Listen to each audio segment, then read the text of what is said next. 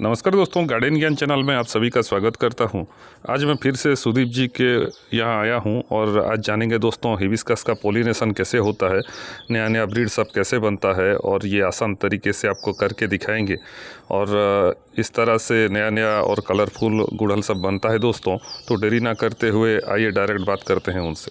हाँ सुदीप जी, तो थोड़ा हमें प्रैक्टिकली करके दिखाइए, ये आप पॉलिनेशन कैसे करते हैं। नमस्ते दर्शकों को। देखिए, आप इसको आप मदर ले सिलेक्ट किए और वो है सिल्वर मेमोरी, उसका फादर सिलेक्ट किए। जिसको मदर सिलेक्ट करना है, पहले आप अपना एक शार्प नाइफ कैंची लीजिए, उसको पहले स्टेरलाइज आपको करना पड़ेगा। स्टेरलाइज कर दिए। स्टेरलाइज करने के बाद इसका जो पोलन है, उसको पोलन सावधानी से काटना पड़ेगा।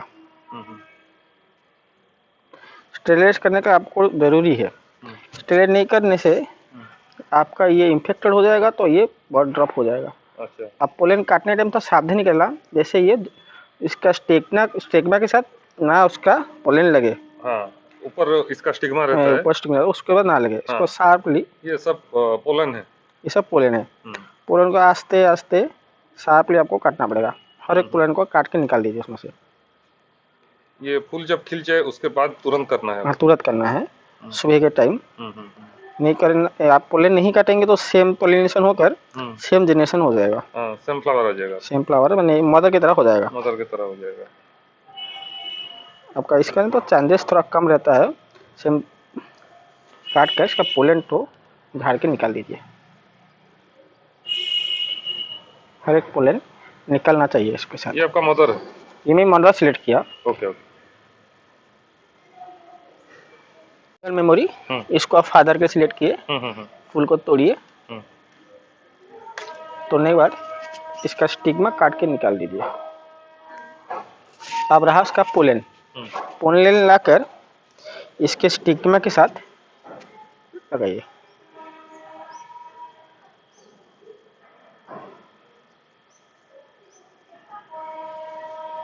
जैसे स्टिग्मा के हर जगह में पोलन अच्छी तरह से लग जाए।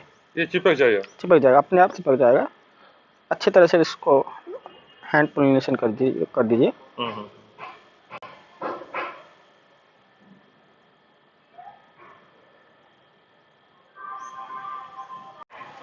इसके बाद पोलन लग गया। पोलन लगा तो इसको आप क्लोज कर दीजिए फ्लावर को।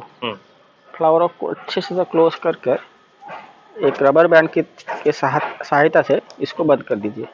बंद करने के बाद ये नेट मिलता है, चॉकलेट का जो चॉकलेट पाउच मिलता है, उसके इसको कवर कर दीजिए। कवर करने का रीज़न ये रहा कि इसमें एयर थ्रू होगा, ऑक्सीजन जा पाएगा, सनलाइट जा पाएगा। कुछ लोग पॉलिथीन से कवर करते हैं लेकिन वो फेल हो जाता है। फेल होगा, उसका ऑक्सीजन नहीं जा पाएगा कि एयर नहीं जा पाएगा। और दूसरा दूसरे के मक्खी की तरह, मधुमक्खी की तरह या कोई दूसरे जीव की तरह से यहाँ पॉलिनेशन ना हो सके। और जब ये सूख कर ये फूल गिर जाए, जब ये बीज हो जाए, देखिए इस तरह से बीज हो जाए, इसका बीज भी कहीं गुम ना हो जाए, इस बीज इसके अंदर रहे। हाँ, बीज भी उसके अंदर रहेगा। अगर बस और इसमें आज भी हो गया तो उसके अंदर रहेगा। और आज मैंने पॉलिनेशन किया, आज का डेट लिख के रखना पड़ेगा। डेट लिखकर मदर कौन फादर कौन डिटेल्स इसके साथ टैग लगाकर ये अपना डायरी मेंटेन करके रखना पड़ेगा। अच्छा सुदीप जी, टेम्परेचर क्या रहना चाहिए इस पॉलिनेशन के लिए? टेम्परेचर सबसे अच्छा रहता है 25 डिग्री से 12 डिग्री तक रहने से पॉलिनेशन अच्छे से रहेगा और बहुत ड्रॉप नहीं होगा। तो टेम्परेचर मेंटेन होकर रहेगा तो अच्छा। हाँ, सब यहाँ पर टेम्परेचर का खेल है और टाइमिंग का खेल है। अच्छा। टेम्परेचर टाइमिंग आप सही टाइम में और सही टेम्परेचर में करें तो आपका सीड बन सकता है और अच्छा कलर भी आ सकता है और पॉलिनेशन भी सक्सेस हो सकता है। अच्छा, और कितने दिन के बाद ये पता चलेगा सर? ये जो फूल है, ये फूल सर आपको 7 से 8 दिन के अंदर ये फूल सूख जाएगा, ये फूल झड़ जाएगा। फिर आप करीब एक पॉलिथीन खोलकर, मैंने एक पॉकेट खोलकर फूल को फेंक दीजिएगा। फिर फूल को लगा दिए, करीब मैंने हमारा चॉकलेट बैग लगा दीजिएगा।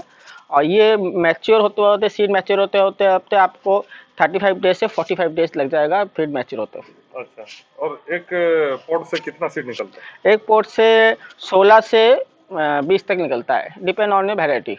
अच्छा अच्छा। किसमें किसमें 10 भी निकलता है।